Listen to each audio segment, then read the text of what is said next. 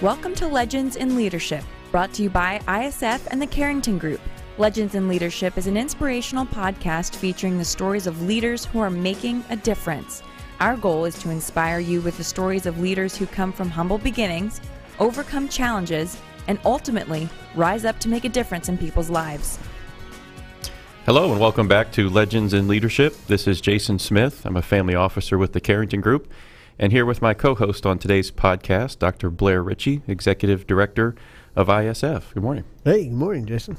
Well, as we do every week, I'm going to turn it over to Dr. Blair for our leadership trivia, a story of a leader who has overcome challenges from humble beginnings to make a difference in the world and community around them. So, Dr. Blair, who do we have today? Well, listen, my wife is a NASA geek, and this is the 50th anniversary of the lunar landing, and so lots of going on around NASA these days. And so I thought I'd pick out a great story of a legendary leader who was the command module pilot of the first Apollo mission that actually entered lunar orbit. His father was killed in a car accident when he was just 5 years old, so he was raised by a single mom. Joined the Boy Scouts of America, where he developed this fascination with rocketry. And after graduating from high school, he was accepted into the Flying Midshipman program, became a Navy test pilot. Always intrigued by guys that want to be a test pilot. But those are the guys that became astronauts. And so he was selected as a NASA astronaut. And it was Christmas of 1968. Crew of Apollo 8 beamed back pictures of the moon and the Earth.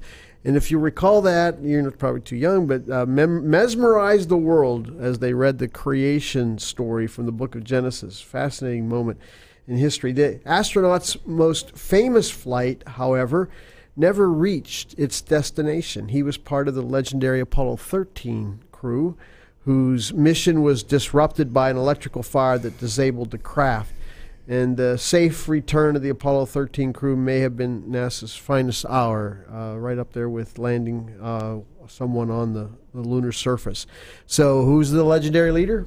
I'll be back at the end of the show with today's answer. Great.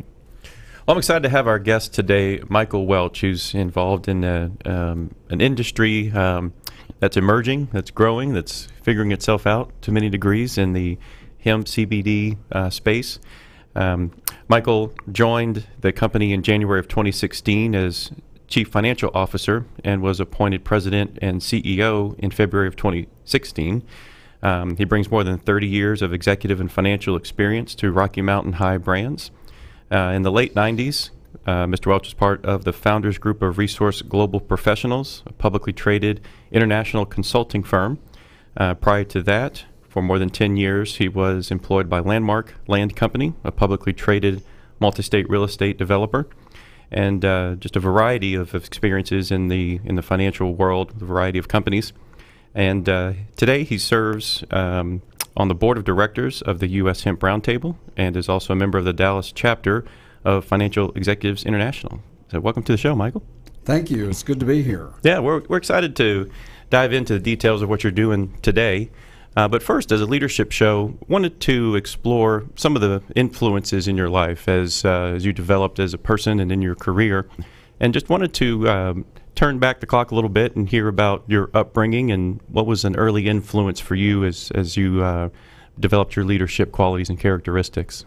So I grew up in Norman, Oklahoma. My father actually died when I was 12 years old. We lived in Knoxville, Tennessee. My mother and I moved to Norman, Oklahoma because she had two sisters that lived in Norman, and the University of Oklahoma was there. So she wanted me to be able to go to college in Norman. And it was a great place to grow up. It was a college town. It was a small town just south of Oklahoma City. And there were several influencers in my life. One of them was my best friend's father, who was a court recorder for Judge Bohannon in Oklahoma City. He worked in the federal building that was bombed Oh, wow. during the Reagan administration, and he was quite a gentleman. He taught me a lot. He was sort of a surrogate father figure since I had lost my father at a young age, and he basically took me under his wing and taught me a lot about both business and cars. He was a car freak, and he was always buying and selling used cars, and I picked up the car bug from him. I don't trade cars as frequently as he did, but I'm always like, the auto show's in town, and I'm just itching to go see it. So he was an early influencer on my life, I would say. Sure. So that's a critical time. Obviously, at any Right. time to lose a parent, it can be obviously hard. But at that age range, what were some of the things that you feel he imparted upon you, even at that younger age, that have helped you through your life? To always treat people with respect, and to develop good manners, and to make good grades, and to try really hard in school, and to really work on accomplishing your goals, and to decide what career to go into to be successful in life. Yeah. So did you wind up going to school there in I Norman? did. All right. I graduated from the University of Oklahoma with exactly 128 hours, which was the minimum you could graduate with. So it was a great experience. I really enjoyed it. Yeah. So you had some incredibly varied experiences throughout your career. Where did you get your start professionally?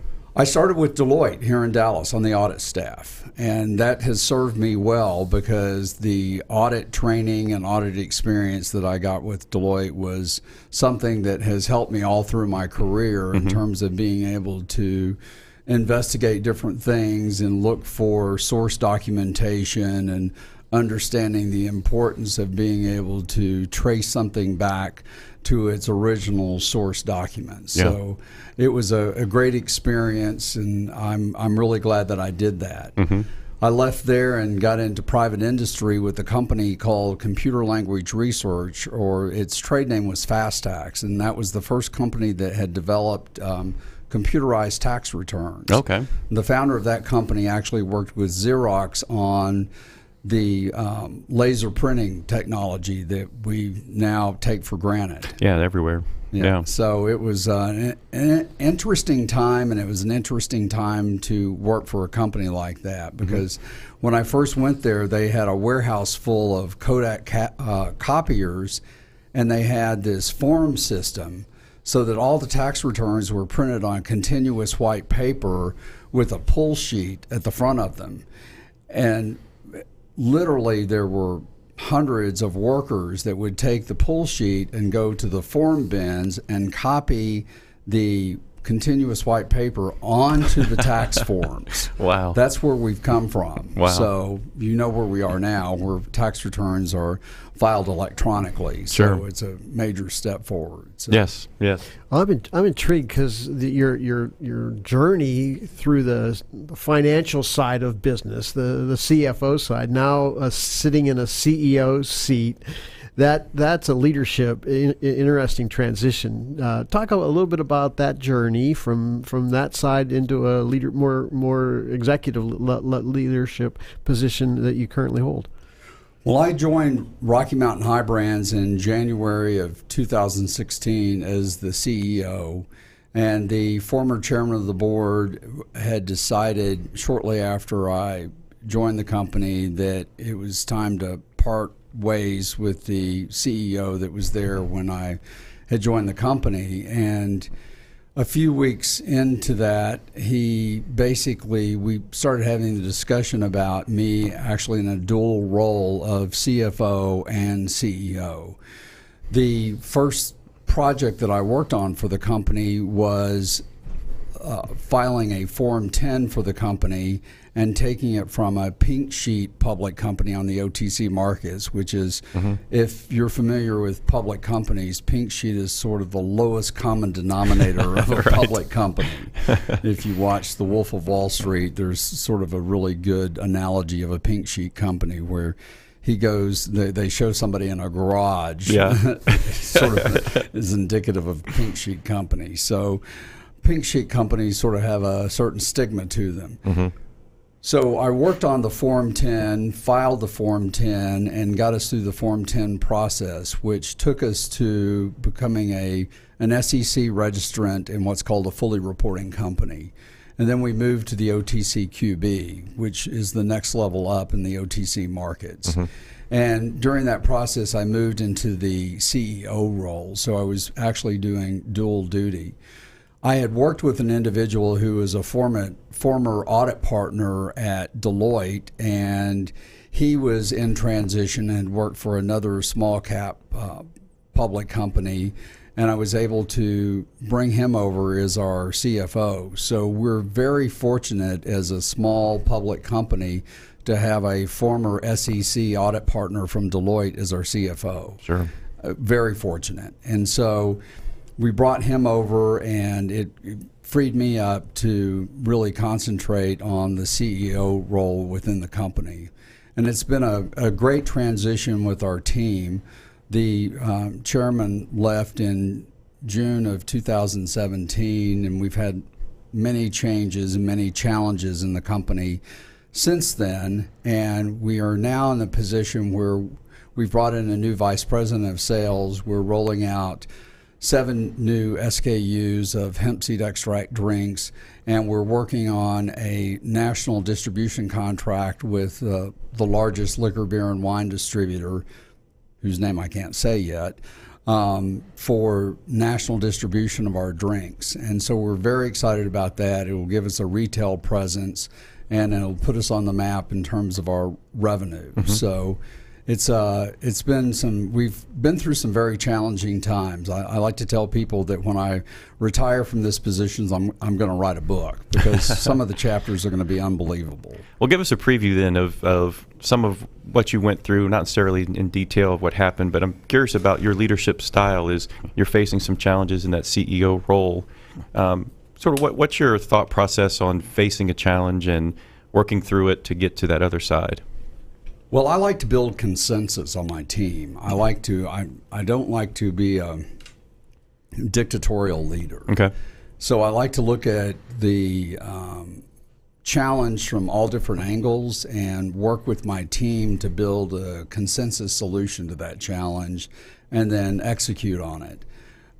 I like to have team members that have a sense of urgency and can act quickly on things. Okay. And so one of the things that when I joined Resources Global Professionals, I distinctly remember the requirements coming through for the director of the Dallas office, which I subsequently went into that role. But one of the main requirements was somebody that had a sense of urgency. Okay. And that stuck with me throughout the rest of my career, and that there are so many people out there that just don't have that sense of urgency. Right.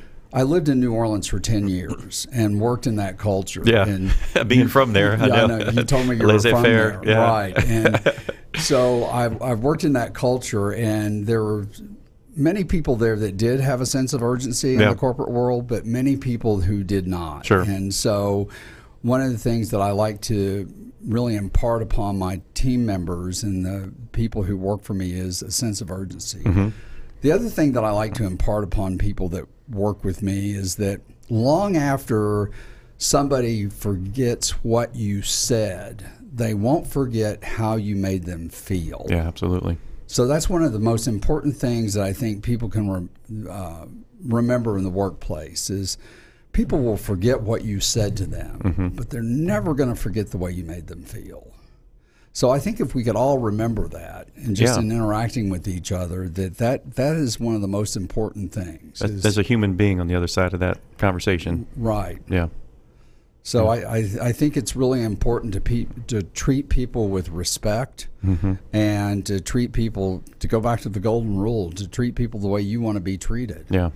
Yeah. So there have been times in my career where I've been treated that way, and times in my career where I've absolutely not been treated that way. Mm-hmm. So, well, I'm very curious about what you're doing today with the Rocky Mountain High brands, and maybe help us unpack some of the confusion around cannabis, hemp, CBD, marijuana. I mean, there's, I think, a lot of misinformation or misunderstanding around the products that are legal, not legal, and what the process is, and where do you fit in the total cannabis industry? So there is a lot of confusion, so I appreciate you bringing that up. It's all part of the cannabis family. So if you think of the cannabis family being like the citrus family, so think of hemp and marijuana like an orange and a lime. Okay. So an orange and a lime are part of the citrus family, but there are two different types of fruits. Gotcha. So cannabis and marijuana, hemp and marijuana are part of the cannabis family, but there are two different types of plants. And the difference is that hemp predominantly produces CBD. Okay. And has a minuscule amount of THC in it. Marijuana predominantly produces THC. THC is the compound, I could almost say it, the tetra. I won't even try beyond that. Google it if you're interested in more about that. Google THC and you'll see the full name. THC is the compound that gets you high. Okay. And that's what causes the confusion, because the two plants look a great deal alike. And you're not going to get high off of products that are created from hemp. So it's understandable why it creates confusion in the marketplace, because if you start at the plant level, the plants look alike. So when they are added into products, it's important for consumers to buy products that are brands. Okay. So I would advise consumers to focus on companies that produce brands, because they can have a better reliance on those companies like ours, not to give ourselves a plug, but we are a brand. And there are some fly-by-night bad actors out there that are producing CBD products. One of the things that the U.S. Hemp Roundtable has done, and the U.S. Hemp Roundtable is an organization of different companies that are in every part of the supply chain in the hemp industry. And the U.S. Hemp Roundtable was created to primarily focus on legislation at the federal and state level to legalize hemp and CBD at the federal and state level, as well as to work with the FDA on their regulations to make sure their regulations supported hemp and CBD. Okay. So the U.S. Hemp Roundtable formed a sister organization called the U.S. Hemp Authority.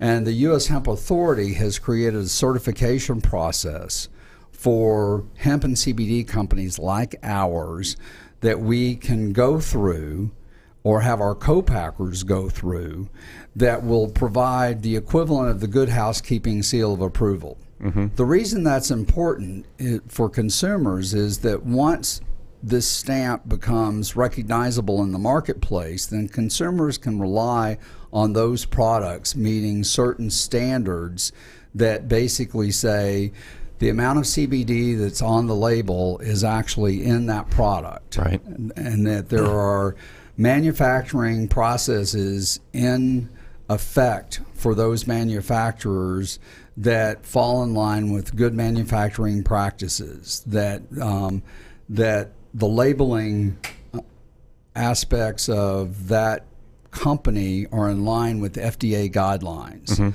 So a consumer can be assured that they're getting a high quality product, and they're spending their money on something that they have a certain comfort level that what they're putting in their body is what they want to be putting in their body. Yeah, yeah. So I think that's something that would help alleviate part of the confusion. The other thing that's going to alleviate part of the confusion is when all the laws get into alignment. The Hemp Roundtable is working with the states that haven't passed legislation supporting hemp and CBD. There are 8, I believe, remaining states that have not passed legislation. Texas is in the process of their bills before the legislature.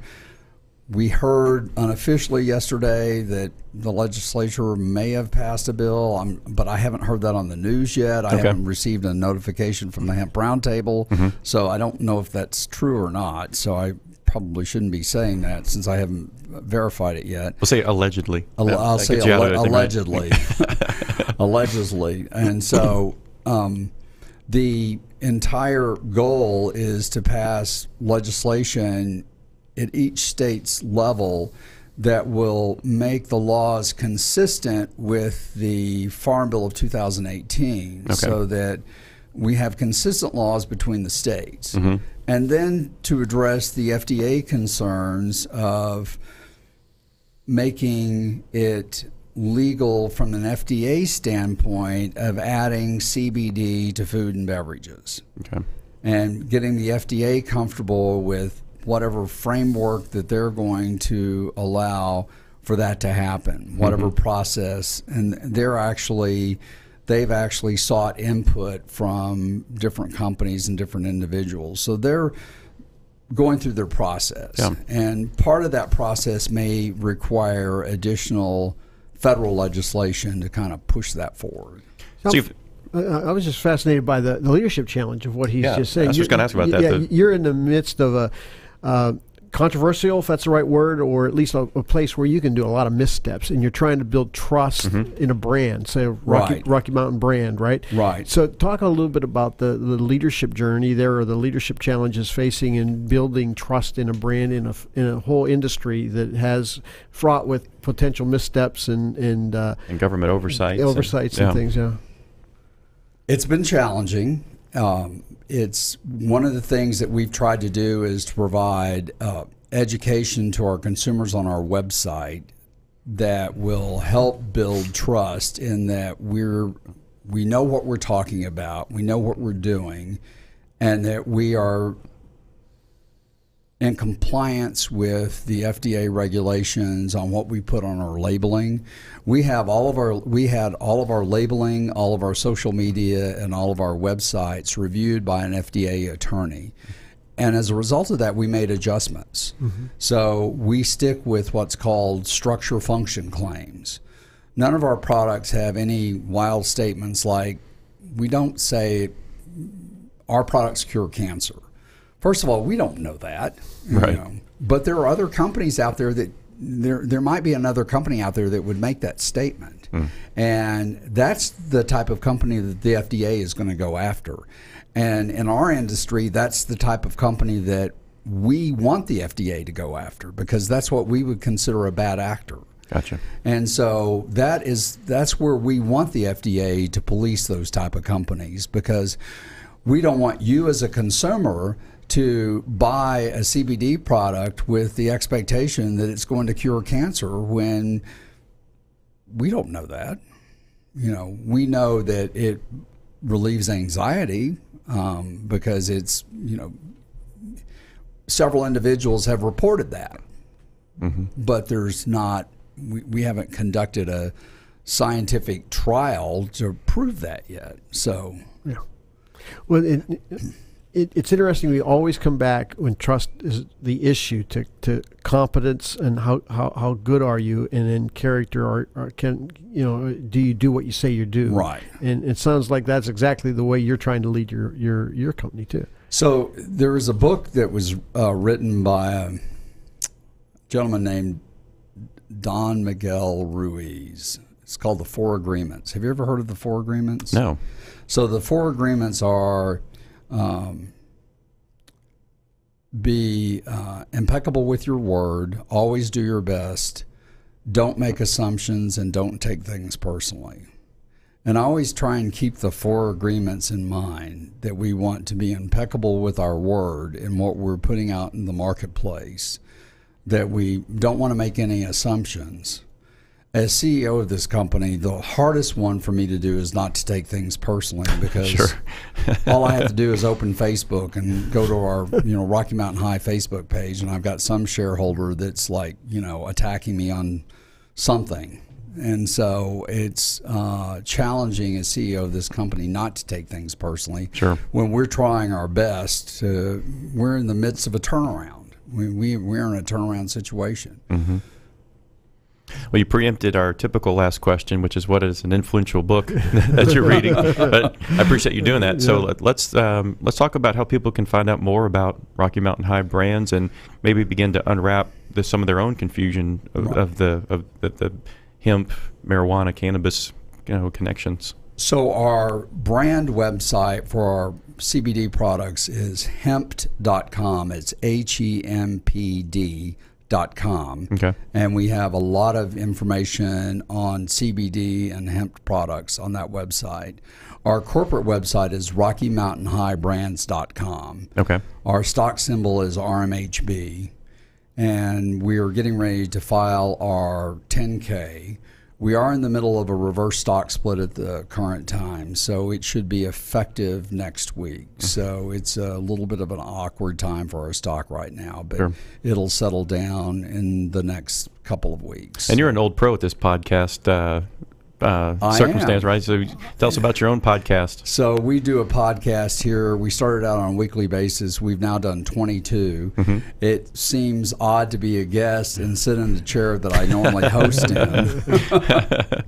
But we enjoy doing it. I love this setup here. It's very professional, very comfortable.